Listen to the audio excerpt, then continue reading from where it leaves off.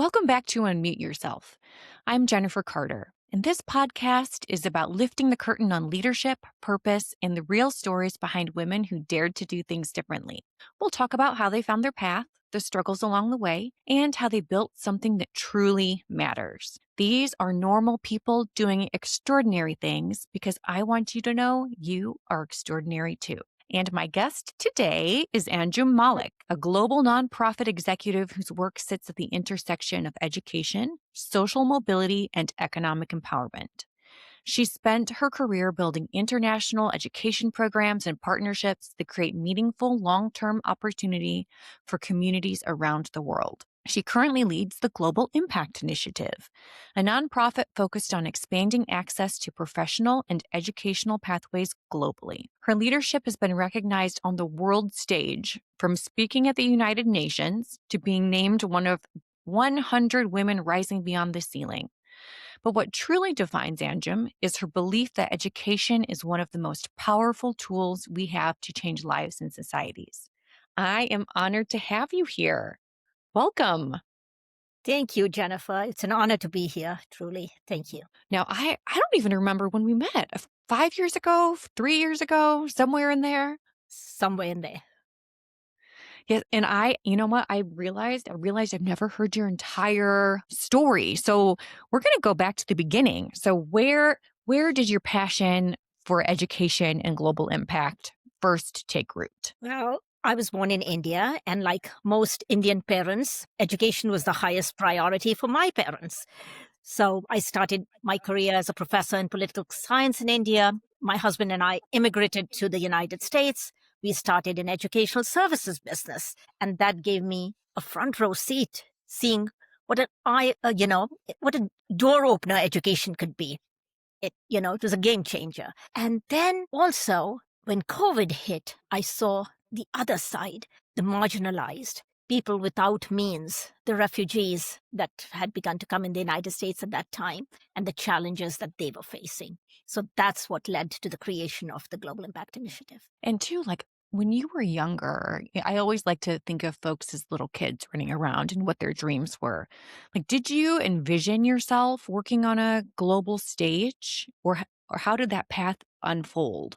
Never ever thought about it. It was everything that had to do with COVID, the dismantling of the educational system, the closure of institutions, the lack of computers in so many families, even in Austin, Texas, Jennifer.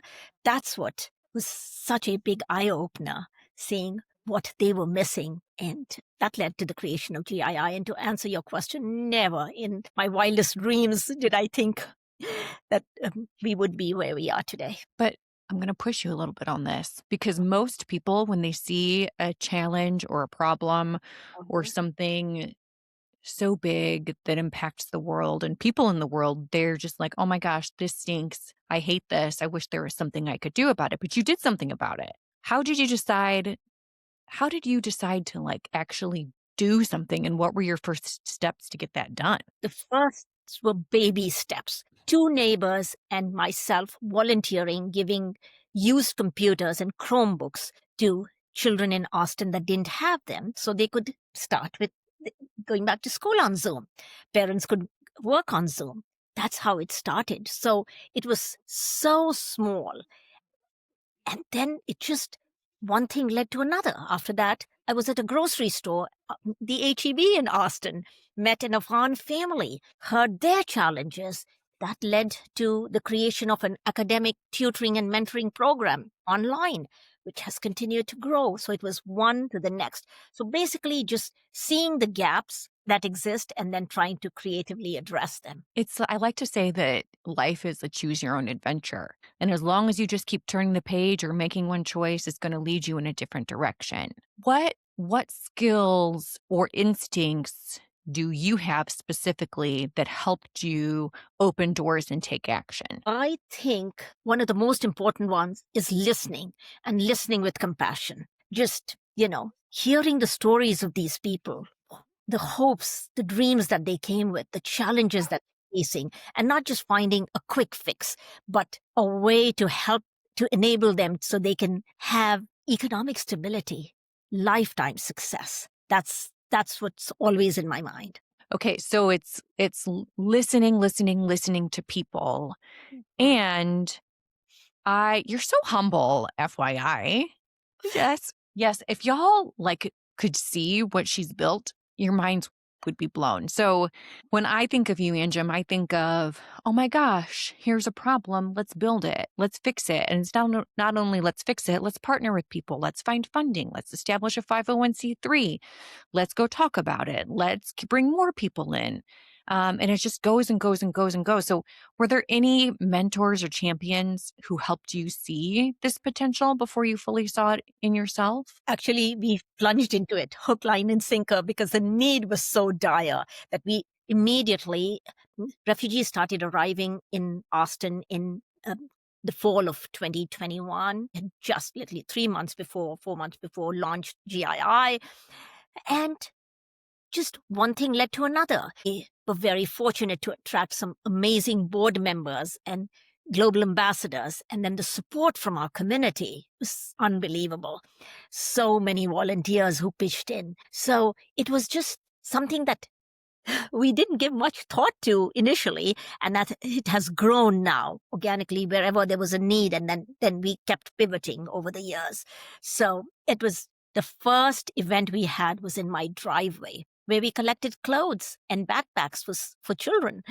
And some of the families came and collected them. That's when we heard more of their stories, and more neighbors pitched in, and it just grew from there. Wow. And I read something, Anjum, that you have helped guide and develop over like 190,000 international students. Yes, very fortunately so. Our family business, Haft Institute, has has programs for students, be it tutoring, test preparation, or English as a second language programs, and they average about 6,500 students a year. So I've led programs through the business. Were incorporated in 1982, so we've been here a long time.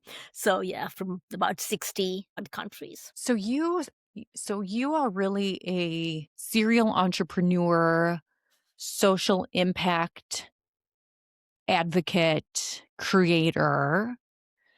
And as you've worked with all of these folks, whether it's refugees coming into the United States, your international students through your family business, the Hoft Institute, what patterns have you seen that truly create opportunity? Oh my gosh, they come here with such enthusiasm. They want to learn, they are motivated, whether it's international students that come from a very different economic bracket, or it's refugees that are starting afresh. The vast majority of them, and I know the common perception is different in the beginning, but really the vast majority of them want to learn, want to make a life for themselves, want to provide for their families. So there's so much hope, um, and there's so much fear too, especially in the case of refugees who just they're starting at ground zero. So very big difference between what my family business did and the demographic of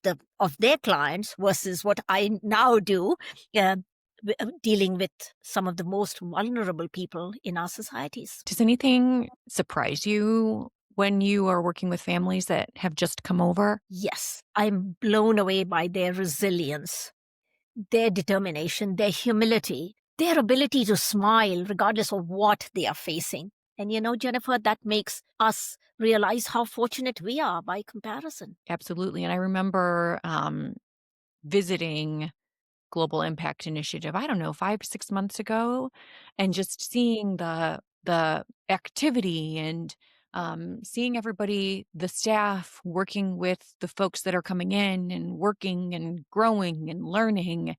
And whenever I see you in that environment, you just light up so brightly. Oh. What's your favorite part about your work? Oh my gosh, the people. From the volunteers to every single person that's on our team, many of them are refugees themselves, and the clients, the people we serve. It's just like this thing. Just the outpouring of support has been so humbling, Jennifer. We now have over 150 volunteers that work with these refugees all over the world.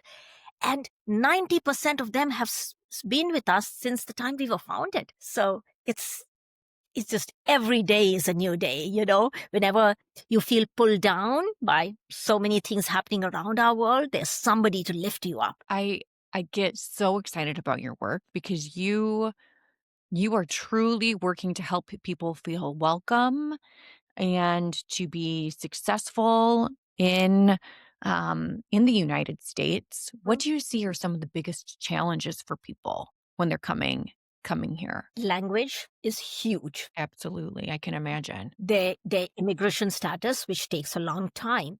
And because they come with nothing, so starting out from there, from ground zero, is very, very difficult. And then it also depends on different groups of people. Like when you talk of people from Afghanistan, most of the men were soldiers for the US. They come with a different skill set. Most of the women are not literate in their own native language. You talk of Ukrainians, they're very entrepreneurial. They come with a very different mindset, a very different skill set. And then people from different parts of Africa, many of them were victims of human trafficking. Right. That's whole different. So just it's the programs have to be catered to various populations, personalized in various ways. We have English as a second language programs that are accelerated for the Ukrainians and that are basic for the Afghans. So lots of adjustments, lots of one-on-ones. Um, but yeah, but very, very humbling, very just uh, an experience like none other. I yeah, and I can I'm also thinking of, you said you started out in your driveway, right? Collecting clothing and you had given computers, right? And so those are some basic needs and then next level up of giving things. But what I see you doing and GII doing is really building that long-term pathway to having a full life in the United States. So how do you tackle that? Yes, good question. It's very challenging, but once again, start with getting to know them, have honest conversations. Don't, and work with your partners because you cannot do anything in silos, and design programs for them, do things for them that will enable them, to ju- to get the right job. This is not just ticking a box. This is finding their skill sets, understanding from their families what the families need. And I'll just give you an example. Several of the refugees that came from Afghanistan were very good at driving large Humvees or, medical equipment trucks or whatever. Solo work didn't phase them, long hours didn't deter them. So for us, the natural fit was, look, there's this critical need in the trucking industry. So let's teach them English, have them pass the commercial driver's license exam and become truck drivers. And, with the money they make, immediately things can change. A lot of families resisted that. The women didn't want the husbands to be gone 5 days a week. They felt very lost.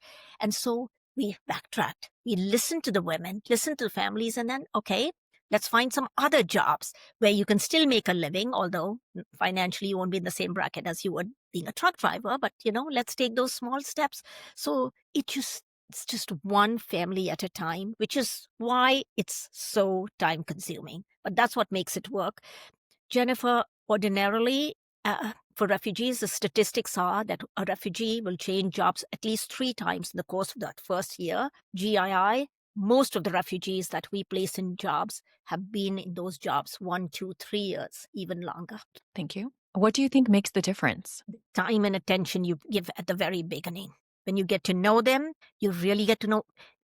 It's very difficult. You and I could sit down and with the help of ChatGPT create a resume in no time. But for somebody, and especially coming from a culture that prides on humility, to put forth their skill sets, it's a whole different game. What do you do to draw out the best in them and use their talents, their experiences to their advantage and to our advantage because they fill critical gaps in the labor market? Hey, I like what you said that the humility over skill sets, and that is a very American thing, like be the best you can be and who are you and let's see yourself and individualized. Yes. How are folks responding to that in American culture? It's slow to come, but it's the example of a young man who was like, oh, I just drove a truck. there. Wait a minute. You drove a Humvee there. It's not just. You did Right. this very important, you fill this very important role. And so here you are. Now, let's see what you can do. And it doesn't strike them to put those kinds of skill sets on their resume, you know? It's very, very different for a woman who only has very finely defined homemaking skills. Those are huge. They don't value those as much as, once it's drawn out, when you draw out the best in them, because they've never worked outside the home. They've never carried a dime in their pockets. So what do you do to let them know that, wait a second, you're amazing seamstresses, you're great cooks. Let's put that skill to use. So it's slow, but it's very, once it happens, when it just clicks and when they see the response from the community and how that enables them to get money, that changes the whole picture. It sounds like it's testing opportunity. Oh my gosh. Yes. Yes. I also am curious because you're at the forefront. Mhm. And throughout this time, I have not seen you waver one bit. How do you balance diplomacy with conviction when you're advocating for change or for helping our folks that are coming into our country as new neighbors? Mm. Once again, it's different for different people. When with our clients, it's one thing, but with our government officials, with community members, with it's quite another thing, how you help shift their perspectives. We do it through our refugee bazaar as an example. So refugee women make things, whether it's food, whether it's handicrafts, whatever. We sell those items in partnership with the YMCA. 100% of the proceeds go to the vendor. And it has helped build camaraderie, domestic abuse is down because, these women are making money. And our community has started looking at refugees very differently, seeing their skill sets, seeing them want to make a living. So there are several other examples I could give you, but that's one that came to mind. And, Jennifer, 7 bazaars, $186,000 in sales. How much in sales? 7 bazaars, $186,000 in sales. 100% Wow. of the money going to the vendor. More importantly, 41 contract work offers and 36 job offers. Oh my gosh. Yes, an alterations place, a dry cleaning place comes and sees these skills and says, hey, I want to employ these women. Oh, I want to talk to the person who made those macarons or the cake decorator or what have you. It's amazing, absolutely amazing. And in this bazaar, which was our 7th one, we marked several times when refugees and clients were embracing each other. They knew each other by first name. These people have been coming Wow. repeatedly. Yeah. Wow. That's amazing. And you started this from your driveway.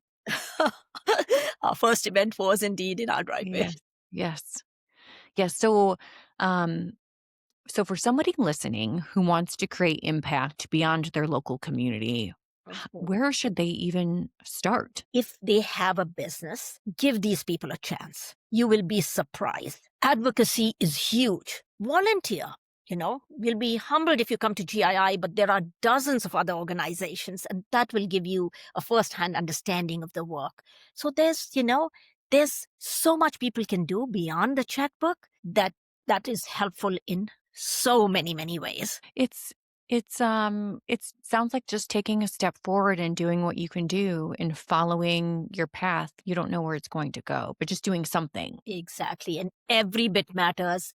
Everything makes a difference. When people tell me, I'm sorry, that's all I can do, believe me, that's just one more thing that's being added to this pool of concerted effort that, people are putting together. So it's, whether it's students putting together sewing kits or a group putting together emergency kits or someone from their company, because the companies match funds. So if you work for a large corporation, talk to them. Just volunteer. One thing about you that I always wonder, like, I don't think you sleep. I've decided I don't think you sleep and you always have so much energy. Oh, Like, how do you How do you handle all of it? Because you've got your business. I swear you're always traveling, speaking somewhere, and GII is growing, growing, growing. Yes. How do you do this? Oh my gosh, I do. I do sleep. I sometimes even sleep in installments, but the growth, talking of that, Jennifer, 2 volunteers to now 18 full-time employees, 6 part-time employees, and like I said, over 150 volunteers all around the world and partnerships all over. This year we registered in Europe.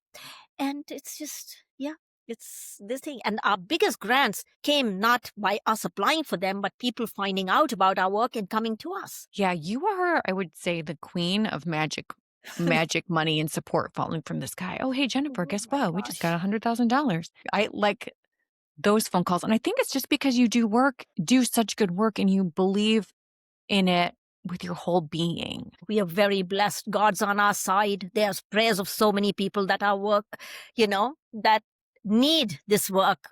They need the support, they need the encouragement and the advice. And then the well wishes of neighbors and people like you giving me an opportunity to share on this podcast. That means so much. Thank you. Well, I'm so glad you're here. And this makes me think, if you could shift one mindset about the work that you do, what would that be? Give people a chance, believe in them.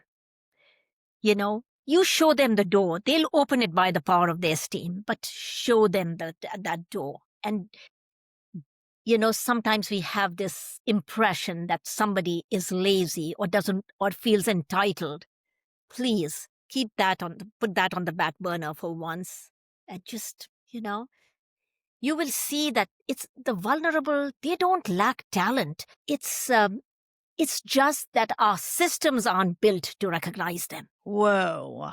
Our systems aren't built to recognize them. I get it. I get it. Oh my gosh, Anjum. Okay, so time is flying. So we're going to go ahead and close with a few quick fire questions. So Sure. just answer with the first thing that comes to mind. Okay. Oh my gosh, I can't wait to see what you say. All right, what's a bold idea that you've had recently that scares you just enough to try it? Okay. Several of our refugees were taken advantage of. And some of them even gave money, $2,000 to $2,500 because they were scared. So I am talking to somebody. How can they come up with an app on the Oh no, you're phone breaking where up. these refugees, somebody using AI simulated their parents' voices and said things to them.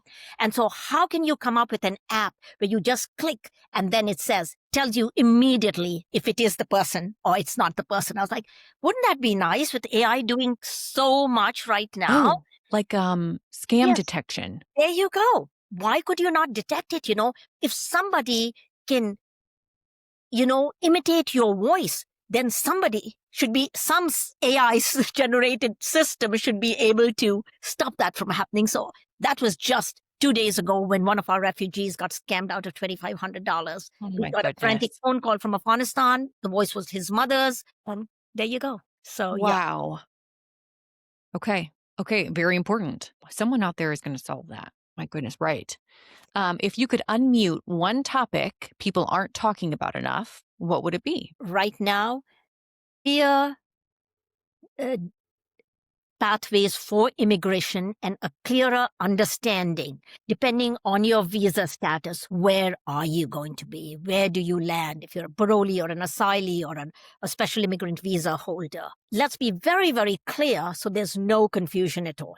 Right now, there is no clarity, not just amongst the refugees, but even amongst immigration attorneys as to a clear understanding of where people stand in that immigration process. Like if you're an asylee, because things have changed so much, they continue to change. So to have a better understanding and for it to come from the highest levels, so there is no ambiguity at all, because refugees are being taken advantage of because of that. Yeah, because it's so confusing, and to keep up with the changes, there's got to be a lot of fear. Very much so. Very much so. Yeah. And then there are people who so sadly take advantage of those situations. So I bet. I bet.